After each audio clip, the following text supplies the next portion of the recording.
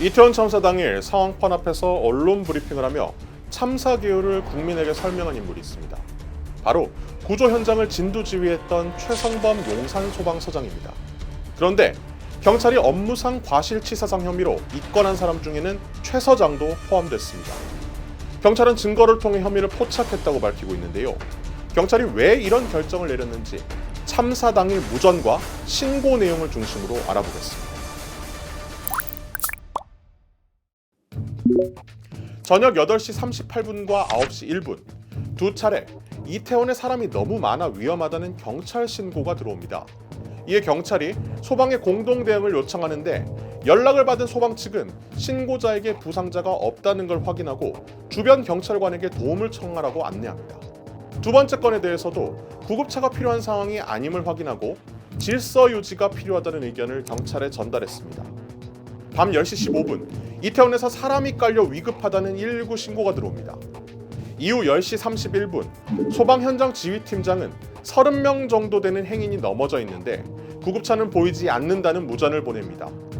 첫 구급차가 도착한 시간은 밤 10시 42분쯤 용산 소방서 소속 구급차가 아닌 종로 소방서 소속 구급차였습니다. 사고 현장에서 200여 미터밖에 떨어지지 않은 이태원 119 안전센터가 아닌 더 먼 곳에서 첫 구급차가 온 겁니다.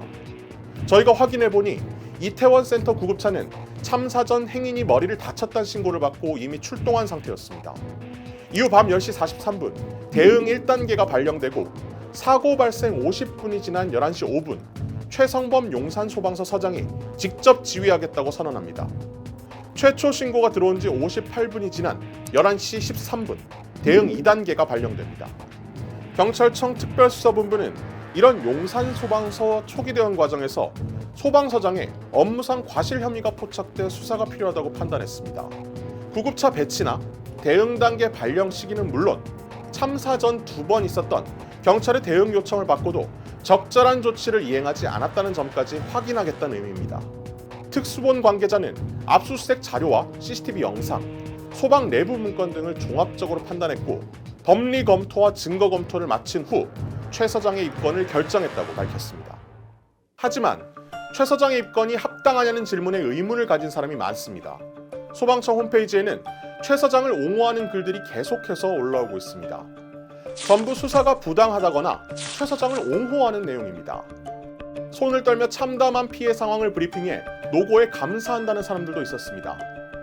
구조작업에 최선 다한 사람을 왜 입건하냐는 의견부터 최 서장은 누구보다 국민 앞에 먼저 나타나 현장을 설명했다는 의견도 있었습니다. 실제로 최 서장은 참사 발생 훨씬 전인 오후 7시 10분쯤부터 이태원 일대에 머물렀고 최초 신고가 들어온 지 13분 만인 밤 10시 28분 현장에 도착한 사실도 확인됐습니다. 소방당국도 기자회견을 통해 최 서장이 초창기부터 현장 상황을 인지했고 적극적으로 관여한 것으로 파악했다고 밝혔습니다. 또 경찰 공조와 관련해선 신고받고 종결한 상황이었기 때문에 최 서장은 인지하지 못했을 것이라고 생각한다고 말하기도 했습니다. 경찰이 최 서장에게도 법적 책임을 물을 수 있는지 수사하고 있는 만큼 실제로 처벌을 받게 될지 앞으로 경과를 지켜봐야 할 것 같습니다.